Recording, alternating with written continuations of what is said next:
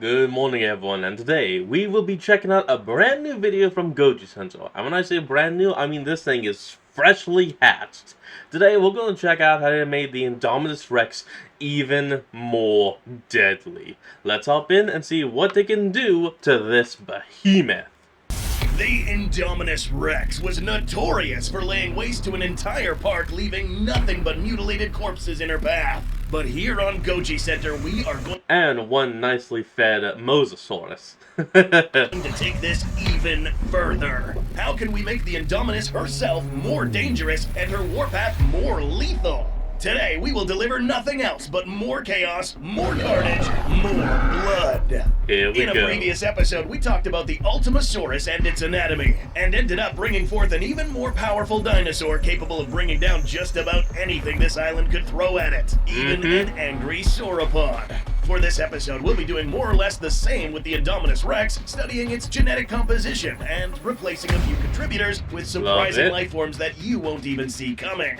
The idea is to build a more lethal hybrid that will wipe out all significant life forms in this island, both big and small. All and yes, will this die. includes humans. This will require a different approach than what we did with Ultimasaurus Imperatrix. This animal was a result of creating a dinosaur that fits a certain template. The Indominus at the end of this episode will still be an Indominus, but will look different, since the objective is to cause an extinction event quickly and efficiently. Oh, Making this hybrid geez. bigger will only mean that smaller life forms such as humans and below will be able to easily hide from this animal. We'll be reconstructing this hybrid to fit our extinction needs as we go, starting with the overall frame.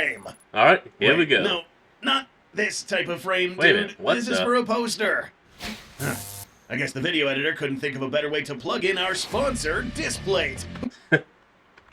After that ad, let's get back. Now we can talk about the objective of this episode. If the objective is to try to reduce the population on Nublar, an animal bigger than the Indom wouldn't really cut it. This should be able to break inside some buildings as well as running down faster prey. So reconstructing the build might be necessary here. This doesn't mean that we're going to Faster? shrink the overall size. Remember, we do need to bring down these guys, sauropods too, so keeping her large will motivate her to keep hunting to meet her caloric needs. Outrunning the smaller Alright. life forms such as Gallimimus won't be necessary, since ambushing can do the trick just fine. So, what should we do? To begin, we'll reduce the size of the hind legs to make this animal a bit more quadrupedal. This seems counterintuitive, but consider that quadrupeds can distribute their weight on 4 limbs instead of just 2. This Yeah. Indominus can now be potentially faster and quieter. That's right, now her weight can be distributed I think there's actually a term for creatures that are quadrupedal and both bipedal, but I can't exactly remember what it is. better instead of 2 booming footsteps, making her an even better ambush predator than she already is. Also, she now has a lower center of gravity, allowing her to have better balance and less likely to get toppled over. Our Indominus now looks a bit more menacing, but the biggest modification is about to begin. Number 2, Go on. front limbs. It's no secret that the Indominus is extremely intelligent, but giving her better limbs and better dexterity will allow her devilish ideas to come to fruition much easier. That's why we'll modify her forearms to take the traits of an ape, like a chimpanzee. Before you freak out, note that she already has opposable thumbs, a trait also seen in apes. So pushing the already suspected ape genome here would most definitely help the Indominus a lot more in combat. How? Let us explain. Yes, The do go forearms on. and shoulders of apes are anatomical marvels in the animal kingdom, given this arrangement of bones and muscle allow them to whirl their arms around 360 degrees. This range, if given to the Indominus, will make her grappling, mangling, and slashing Oh, so shit. much more stronger that no other dinosaur will have any effective counter against these flexible maneuvers. But that's not all. Alright. This upgrade also comes with fast twitch muscles, making these arms a lot stronger than they already look. Any impact, grip, push, or throw will be many times more dangerous. And yes, throwing as well. Ooh, One good throw. skill exclusive to apes is the ability to hold Oh, things, damn. throw them, and even use tools. Now, admittedly, Shut it's a down. bit bizarre to see an Indominus use tools, but if the objective is for the Indominus to effectively kill all life forms, she will have to be capable of reaching tiny humans hiding inside crevices with her own arms, or with whatever else she can find. Holy Now, this shit. actually can happen. In the real world, chimps have been observed fashioning spears to jam into cramped spaces, impaling the small animals inside. Because of the ape genome coupled with the shorter hind legs, our Indominus will now move a little differently when she's walking. Knuckle walking would be a pretty easy way of getting around without ruining those claws. In the next section, we'll also be improving these. Our new Indominus is still capable of running on her hind legs, using her front arms as support when tearing through rough terrain, climbing steep inclines, and running through wide alleyways. This is now an all-terrain hybrid. Incredible. Number 3, claws. Now to the business end of these already overpowered claws. Therizinosaurus was a good contributor to these, and they did function well enough. But how can we make these better? When it comes to slashing and rending as well as grappling, there is another more optimal shape from another carnivore. Oh, None yeah? other than the largest predator in the Jurassic, Saurophaganax. Being this big means killing big dinosaurs. And what better with than these? What you see here is a reconstruction, but does not represent the largest known specimen of this genus, so yeah, they could have been bigger than this. This sharp hook is the perfect shape to grip the victim compared to the straighter claws of the Indominus. Mixed with the ape-like forelimbs, these will literally shred through the skin of the thickest hides of some animals, as if you stuck a sharp hook in your mom's leather sofa. A hook like this inside, backed up by powerful fast-twitch movements, will destroy the thigh of any dinosaur. Even a sauropod would topple down from the on top of the damn thing. This weapon alone will lay waste to all. Dude, if he can climb on top of it, he can just straight up gore the throat open. Large-sized creatures. This hand, now that we can call it that, will grip any animal, toppling it down and killing without even needing to involve the teeth. Shit. Its lower center of gravity, aided by a wider stance, will make it impossible for any herbivore or even large carnivore to flank this creature. Number 4, armor. With addition, subtraction will also be required. We already reduced the length of the hind legs, but we'll make another adjustment with this hybrid's armor. An animal this big, like the Indominus, only really needed to rely on its robust size and thick hide, rather than osteoderms. For instance, the T-Rex wasn't defeated here because she lacked armor, instead because she got out-grappled. Indominus would have been fine here with just her thick skin on top of her body. These spiky osteoderms are spread apart too much to be actually considered an effective form of armor, but were there just for the cool factor. The real armor here, here, and here was the thick skull and thick hide. This body armor on the upper body would have been courtesy of Carnotaurus and Majungasaurus. Upon looking at the animals themselves, we see that they both have tiny arms, kind of useless in combat. Keeping this mishmash of DNA would risk confusing the Indominus' instinct to use the forelimbs, complicating the internal anatomy now that this animal has even longer arms. Raptor DNA helps here, but we need something more to not only protect the Indom, but a contributor that is even more compatible with our now facultative quadrupedal hybrid. Meet the African dwarf crocodile. Okay, yes. That thing is adorable. Look at those big old eyes. It's a bit underwhelming at first glance, but this guy has something its bigger relatives lack. Armor on its upper body and below. Our Indom here was only armored from above and not from the sides. So now, with our croc here making itself present in this genetic composition, we now have full body armor to work with. Not extremely thick and scaly like the Giga, but something resembling this croc's thick hide. That is the part that's not covered by osteoderms. Something thick enough to fend off firearm projectiles and slashes. Another reason why this is the perfect animal to supply armor from is because this creature also has longer legs than your typical crocodilian. These guys spend most of their time on land and are known for rushing prey beyond cover of water. It's still so this muscular tail will help counterbalance the added bulk to the modified Indom forelimbs, making bipedalism easy when it wants to run on 2 legs. For this reason, the African dwarf croc proves itself a better contributor than the Abelisaurus. Not to mention that this new crocodilian-like tail and genetics now allows the Indominus to be more aquatic. Sure, the crocodilian attributes are already present with the integration of Deinosuchus DNA, but our Indominus 2.0 will have a bit more crocodilian influence to its overall build, making it able to pursue animals on both land and water. Oh, but adding a dwarf crocodile is going to affect the size of this animal, right? No. Consider that adding raptor, a Abelisaurus less than 2 tons, cuttlefish, and tree frogs didn't seem to shrink the damn thing. So adding a bit of reptilian croc DNA won't have too much effect. Okay, enough with the armor. Let's get to the fun stuff.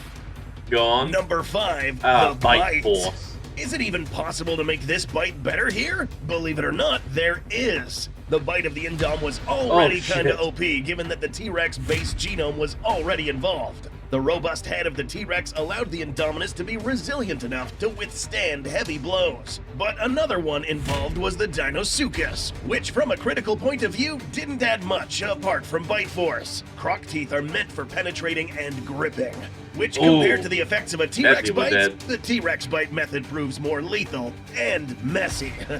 It's likely that the exposed teeth of the Indom were courtesy of the Deinosuchus, but having exposed teeth can be a problem. Without any lips or gum tissue, the teeth would be at risk of rotting, weakening the enamel. That's if they're not submerged in water regularly. And since our Indom is not submerged in water all the time, we may have a problem here. So today, we'll take the Deinosuchus genome away, since a well-placed bite of a T-Rex powered jaw will be more than enough to handle just Sorry, about anything Deinosuchus. alive on land. Instead, we'll make this bite deadlier by the incorporation of a powerful predator known to hunt down animals larger than itself. A cold-blooded killer with a brutal set of teeth, an insatiable thirst for blood, eating more than its body weight every single day. Damn. No, seriously, we're not kidding. Meet Oh. the northern short-tailed shrew. This animal Yeah, no, he's actually right. The shrews are weird-ass creatures, and those things are one of like the only creatures you can actually find that practice cannibalism to survive. They have to eat like 300 times their own body weight every day to even live that day. And everything is on the menu, from plants to fish to animals to humans to even other shrews. was selected more so because of what's going on under the hood. See for yourself, this dude's grill features a tiny array of weapons of mass destruction. Jaws loaded with fast twitch muscles and known to gnaw through bone and protective shells in a span of seconds. This red stuff here, not blood. In fact, any unlucky victim would wish it was. This blackened red coloration comes from high amounts of iron, ingrained into the composition of the teeth, producing should have got extremely iron sharp teeth. cutting edges capable of sawing into prey. So, in effect, these teeth are metal. If this still fails Holy to impress, shit. we'll have you know that this animal is one of those extremely rare examples of venomous mammals. That's right. Unlike a even I snake didn't where it know injects that. its venom through its fangs, this creature will violently jam its frontal tusks and insert venom violently all over the place, leaving a bloody mess. Now, some more Oh, factors God. can come into play as well. To make matters worse for the victims of this newly improved Indominus, this shrew lives in a near constant state of adrenaline rush, making it move faster, kill faster, eat faster, and as a result, will end up eating many times its own weight, in turn motivating our already hungry Indom to kill at a faster rate. Combine these new tooth attributes with that of a T-Rex bite, and we potentially have the most lethal bite in the Jurassic franchise. Yeah, no This scene, shit. our new Indom would shatter this ball like a light bulb. You may think that this animal can't get any worse, but you're very wrong. Number 6. What is more dangerous than one hybrid? Multiple. Oh, And fuck. no, we won't need Mr. Indominus for this, because in this scenario, Miss Indom won't need no man.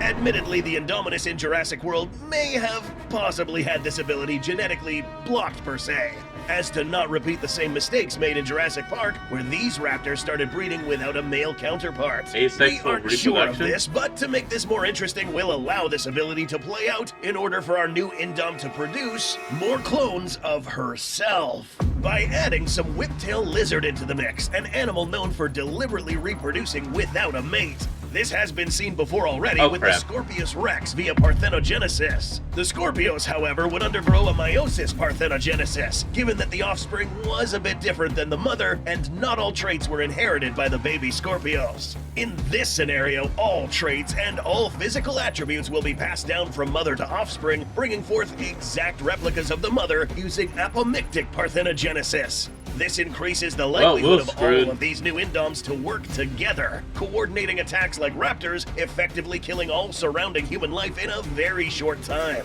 Not to mention, these guys are smaller, faster, able to run through hallways in smaller areas, able to grow at much faster rates than your normal dinosaur, and even if the mother dies or gets killed, she'll just end up getting replaced by another identical hybrid who can also reproduce.